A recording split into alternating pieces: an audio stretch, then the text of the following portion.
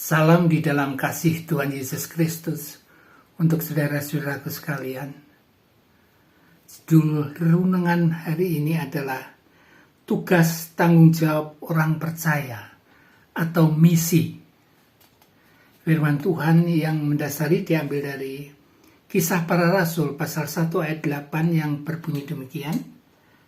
Tetapi kamu akan menerima kuasa kalau Roh Kudus turun ke atas kamu, dan kamu akan menjadi saksiku di Yerusalem dan di seluruh Yudea dan Samaria dan sampai ke ujung dunia.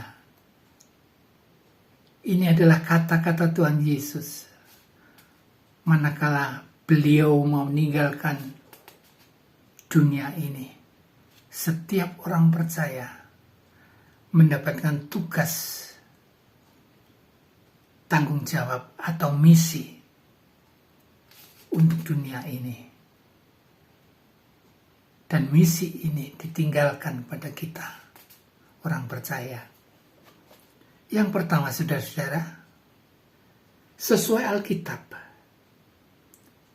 misi ini bukan soal lokasi. Bisa di dalam rumah tangga, bisa dalam pekerjaan, bisa dalam dharma wisata, bisa dalam organisasi, bisa dalam rumah sakit, melalui olahraga misalnya, bisa semua itu adalah di mana tugas tanggung jawab kita dikerjakan. Jadi tidak hanya melulu satu lokasi saja, enggak. Di mana kita berada saat itu, itulah suatu misi yang harus kita siarkan. Yang kedua, misi perlu gabungan sebagai mata rantai antara orang-orang percaya atau antar gereja-gereja. Firman Tuhan yang mendasari 1 Korintus 3 ayat 6-8 yang demikian bunyi. Aku menanam, Apolos menyiram, tetapi Allah yang memberi pertumbuhan. Jadi yang penting Tuhan Allah yang memberikan pertumbuhan. Siapapun yang menanam, siapapun yang menyiram, itu benar. Itu adalah individu atau kelompok atau kumpulan gereja-gereja, entah gereja Katolik, entah gereja Protestan, entah gereja karismatik, gereja-gereja lain. Itu dipakai supaya kita menjalankan tugas tanggung jawab kita sebagai misi. Sebagai mata rantai. Bukan berdiri sendiri, enggak. Kita dipakai oleh Tuhan sebagai mata rantai. Sehingga akan diberikan upah menurut pekerjaan kita masing-masing. Yang ketiga, saudara, misi adalah kita mau, bukan kita bisa. Bukan. Asal kita mau, it's okay. Jalan misi ini. Firman Tuhan yang mendasari diambil dari Yesaya 6 ayat 8 yang mengatakan, lalu aku mendengar suara Tuhan berkata, siapa yang akan kuutus dan siapa yang mau pergi untuk aku? Maka sautku, inilah aku, utuslah aku.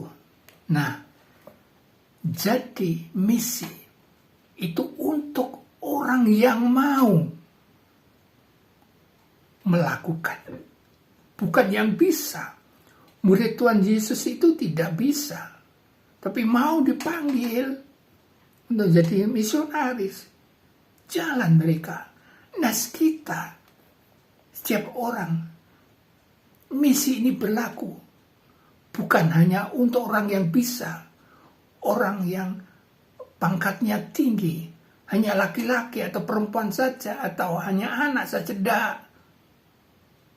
Semua orang yang mau melakukan tugas misionaris ini, mereka ini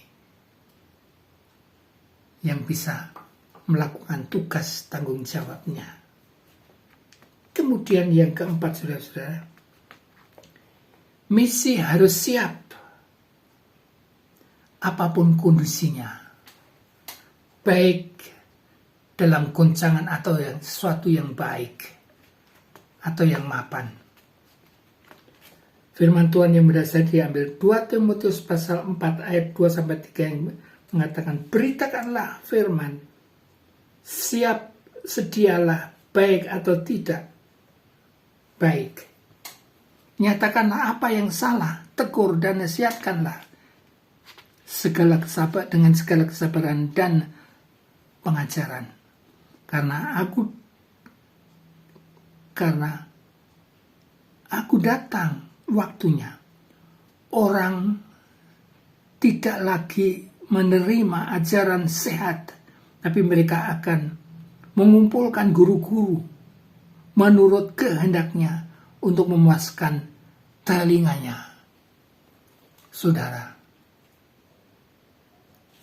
misi ini bukan tergantung atau situasi baik atau tidak. Walaupun situasi apapun dalam goncangan baik atau tidak baik, misi harus berjalan terus. Karena itu kehendak Tuhan. Nah, saudaraku, mari kita sebagai misionaris yang handal, tugas tanggung jawab kita ini belum selesai, harus kita lakukan. Bukan untuk siapa yang mau supaya yang siap, atau siapa yang bisa tidak. Tapi setiap saudara dan saya harus mau. Bukan karena kepandaian atau kemampuan, tidak. Kalau saudara dan saya mau, mari kita. Karena apa? Roh Kudus sudah ada di dalam kita. Roh Kudus akan memampukan kita. Roh Kudus sudah memberikan kuasa kepada kita untuk memberitakan kabar sukacita, bertanggung jawab penuh atas tugas tanggung jawab kita. Immanuel.